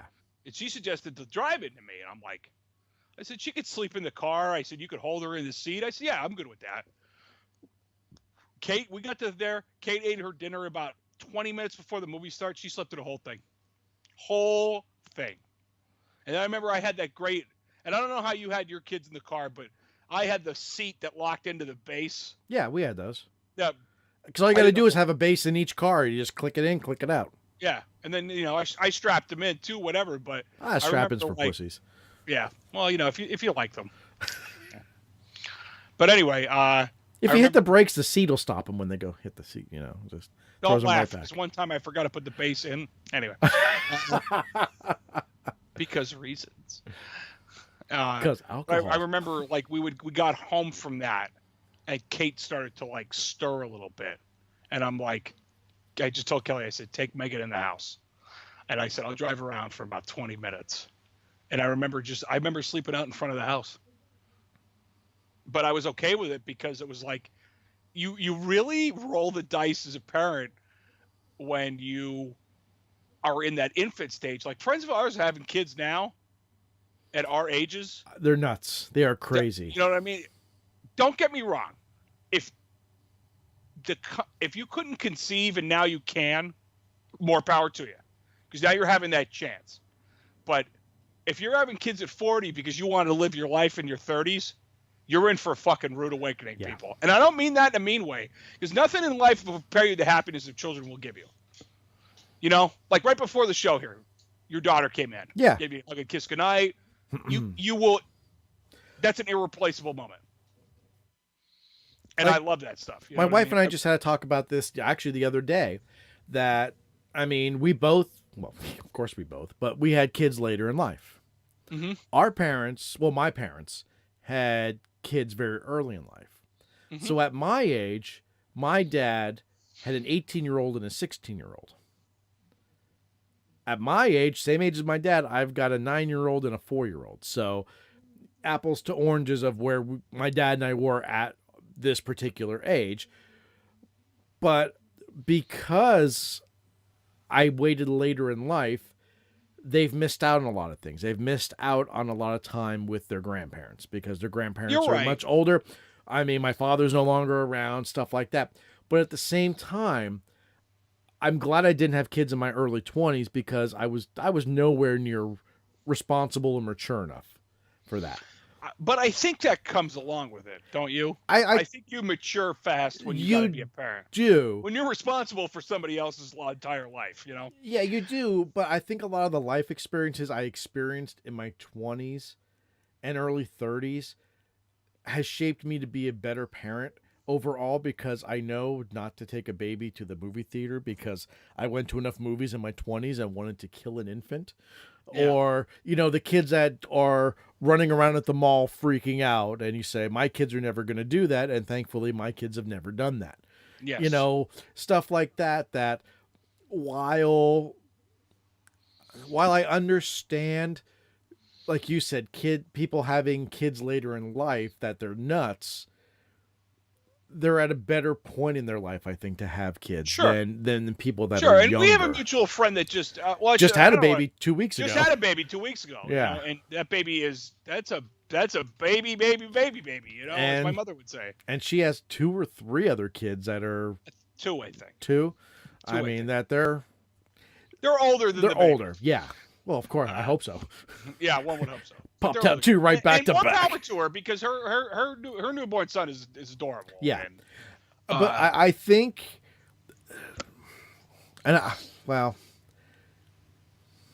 with age comes experience, they say, but that's not true with kids.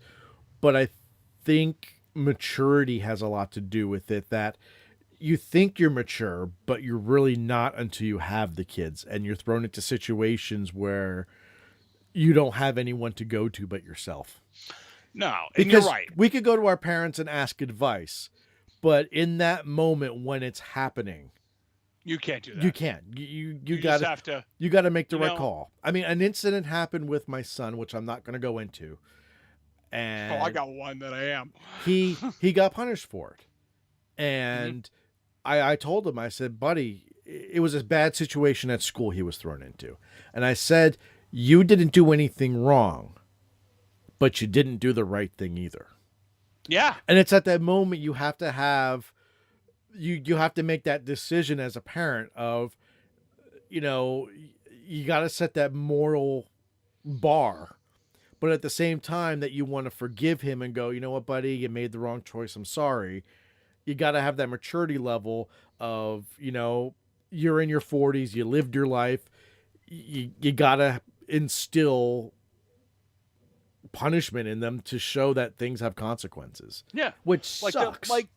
It does, but you have to be the parent too. Exactly. And you like your parents were to you, you know. Too many people want to be their best friend, which I have many people, some that I'm related to, who want to be their kid's best friend, and you're doing everybody a disservice to that. You are.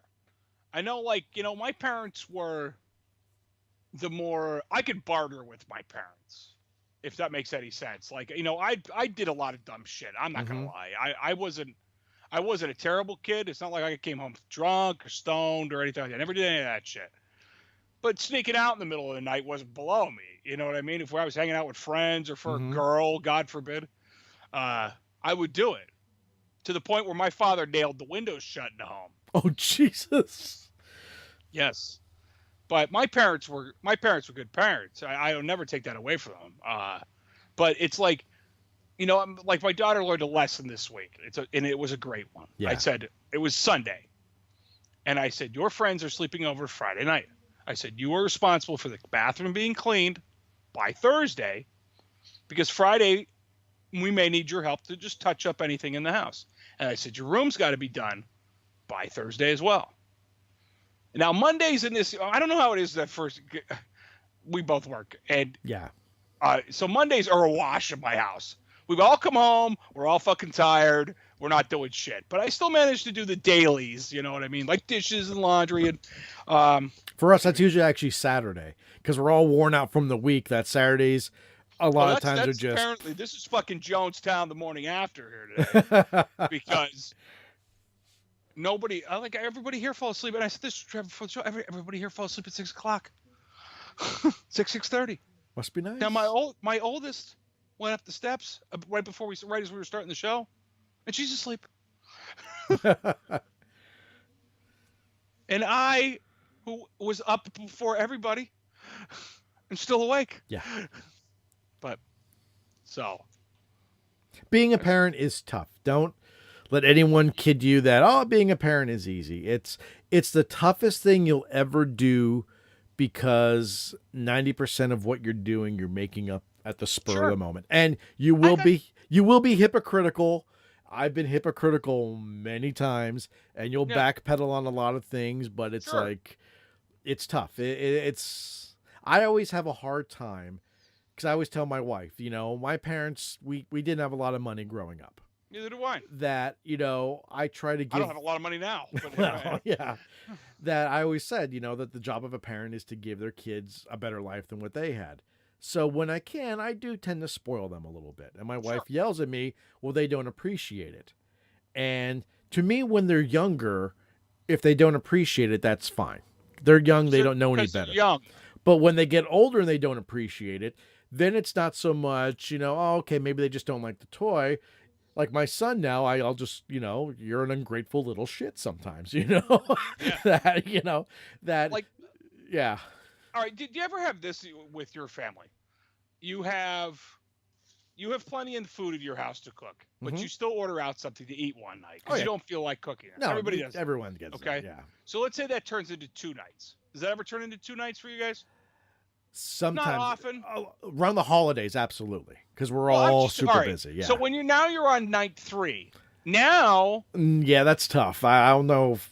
I said I know we've done it, but it's not something we. But that's what happens with my oldest daughter. Yeah. If I stop on the way home for like Little Caesars, which is my go-to meal if I'm not cooking that night. Can't beat $5 pizza. You can't. Well, it cost me $13 to go to Little Caesars. Just let me tell you. I don't care because that's still a cheap meal for 4. Mm-hmm. Oh, absolutely. But my wife won't eat the round pizza there. She'll only eat the square deep dish. The deep dish. Whatever. I like the deep dish. I'll eat it too. Because if I get one deep dish pizza, which is 8 cuts, I'll eat 2 or 3. Kelly will eat 2, and I'll take the rest for lunch for work. And the kids usually eat 1 large pie. Even though my older daughter told me the other day I really don't like Little Caesars, I said, well, then don't eat. Yeah. I've gotten to that point with my daughter. She's hated every dinner we've made in the last week, and I actually made her go hungry one night. Yeah. You do that. You have to. Yeah. So anyway, back to what I was saying is that my daughter. So if I order out 2 nights in a row, if I bring home Little Caesars one night, and then it's another night, Tuesday night, it turns into. If we have tutoring that night, then I'm thinking to myself, shit, you know what? I probably got to do something fast, and I'll pick up like hot dogs or I'll pick up something quick. Yeah. She's expecting it the 3rd day. Well, we ate out yesterday and the day before, and I'm like, yeah, and there's bread and fucking tuna fish in that kitchen. Go slop up a sandwich, honey. Yep. Because that's what you're having. And the other day, she surprised me, which I almost fell out of my physical skin when I saw it, is she got up and she said, I'm hungry. I said, well, go out and make something. I said, Megan, you're 14. You don't need to tell me you're hungry. And she goes, "Can I make this can?" Because I always keep cans of soup around. I still do that. Yeah, we do that all the time. Because it's a nice, quick meal. If you need something to warm you up, yeah, it's good to have when you're sick. 10 minutes, it's done. Not even that. I do it in the microwave. It's like 3. I can't. My wife does that, and I'm like, to me, it tastes different if it's in the microwave. Sure, it does. Yeah, it absolutely does. But I mean, and she went in there and she said, "Can I have this?" And she held up the can. I'm like, "Yeah, go ahead." And she did it all herself.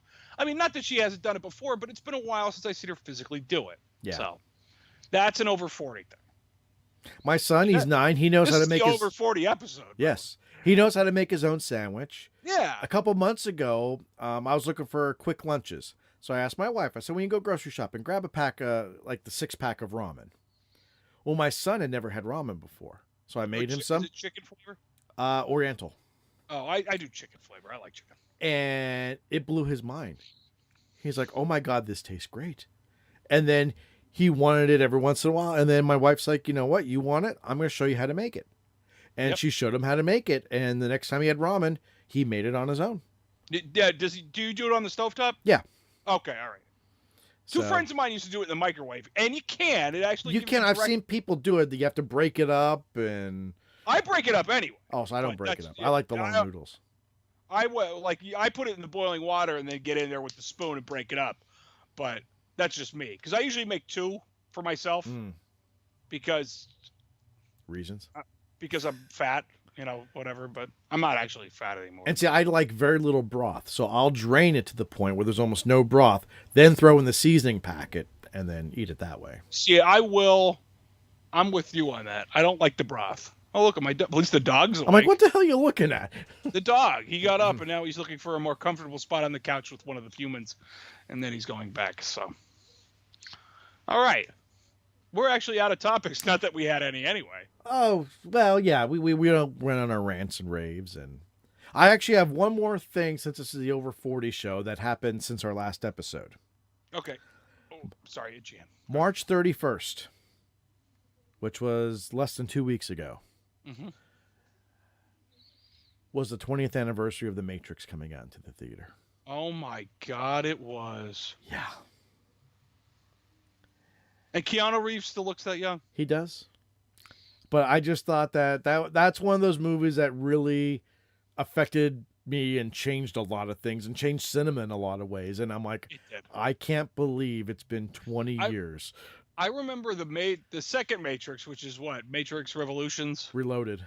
Okay, yeah. Matrix Reloaded. I remember that was the first movie that, on top of my father being excited for it, that me and him actually, we played hooky from work to go see. Wow. I know. He was really excited for it. But I remember it was the first time he bought tickets online. Holy shit. I know. And he came to me. He goes, "No, I already got the tickets." He goes, "I saw you could do it online." And I gave it a try. And I got, he's got his printout. And he's all proud of himself. And you know what I mean? And it's like, okay, Dad. So, remember at Cinemark, you had to go over to that kiosk and put your number in. And then you would get your couple of tickets and then you keep going. He was so happy with that. But I remember we get up to the theater and there's nobody there. Because my dad had to be there like 3 years early for everything. But I remember we get up to the doors and there's a crowd starting. It's opening weekend. It's opening week at the time. And there's like 5 other guys we work with, like at the doors. Mind you, the guy I was working for at the time was there. And he said to me, he goes, "Took the day off, huh?" I said, "Yeah, you too." He goes, "Yep, I didn't see you either." And then we moved right on, That's awesome. I just talked to him the other day, actually. He's Terry. He's a good dude. So, The Matrix. That changes the way you think about things. It does. It really, really does. Yeah.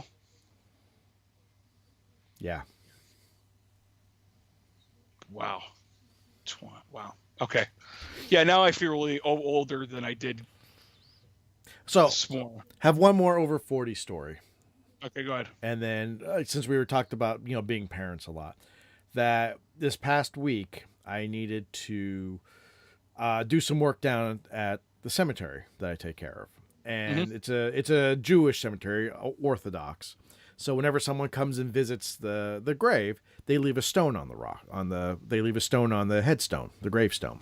Is that It's a Judaism thing. That way, when you go there, if you see a rock, they know someone visited that grave. It's a way for them to mark that someone visited that grave.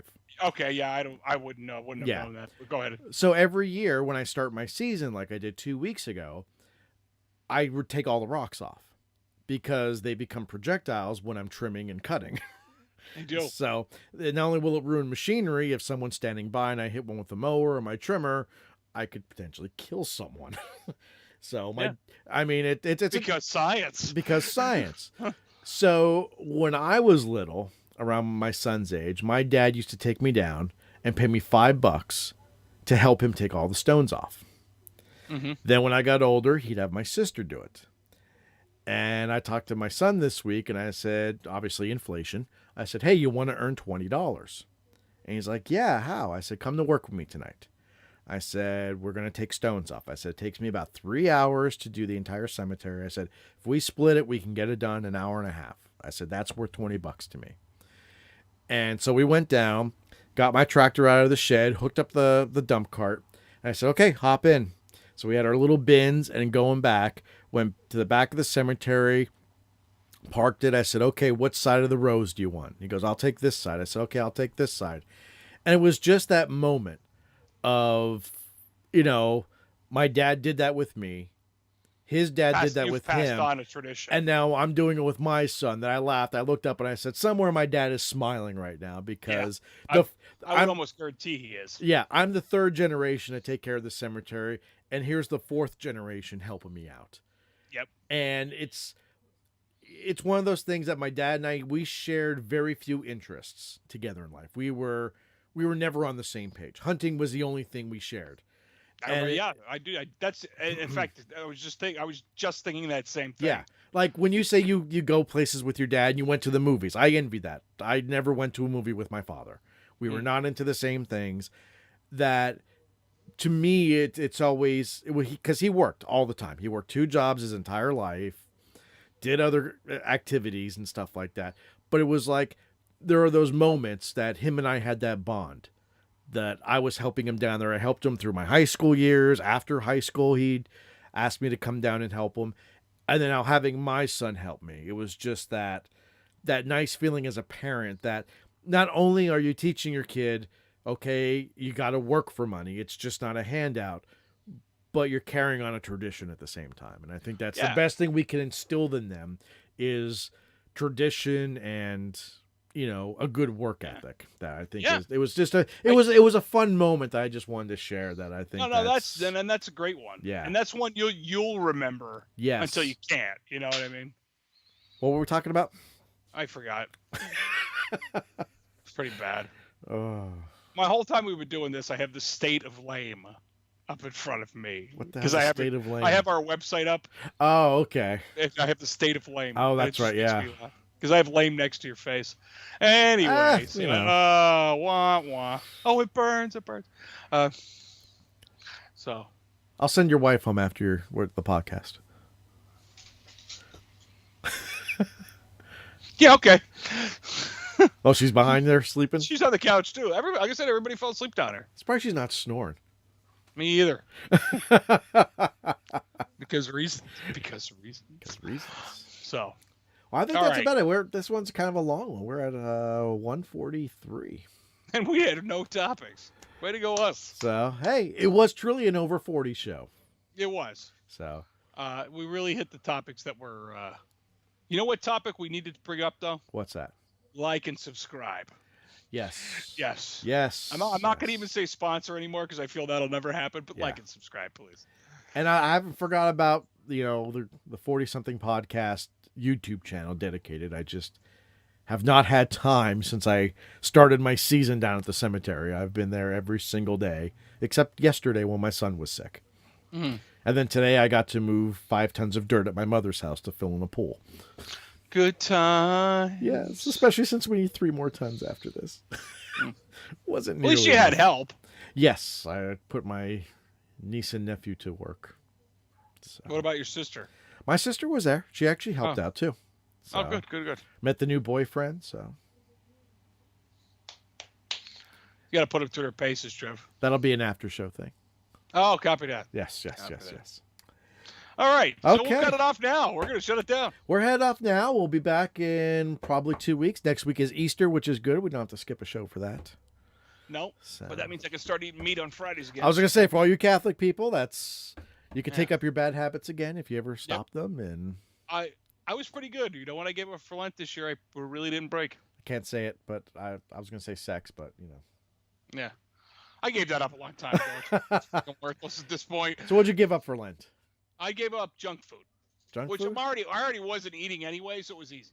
There you go. But you know how hard it is to eat a sandwich without fucking chips? That's tough. I cut them out. I cut out almost all fried food out of my diet. Yeah, but I was like, I always get the smallest bag of Lay's potato chips that I could get with a tuna fish sandwich or a ham sandwich, ham and lettuce, tomato, or whatever, or pickles. I would always get that because it's just that saltiness mixed with the bread and everything. It just tastes good to me. But for the last Lenten season, I would say month, but that's not enough. I can't have chips with my sandwich, and I'm sitting there at work going, just fucking mowing it down so I can get through it, All right, anyway. That's why I'm eating Chex Mix instead of like chips or something real. Yeah, it's a little healthier. It is. I do love pretzels. So, although after this, I'm going to reheat a slice of pizza. So, pizza. Okay, we're going to get going now. Yeah. Guys, thanks for watching. Thanks for listening. Bye. See you in 2 weeks.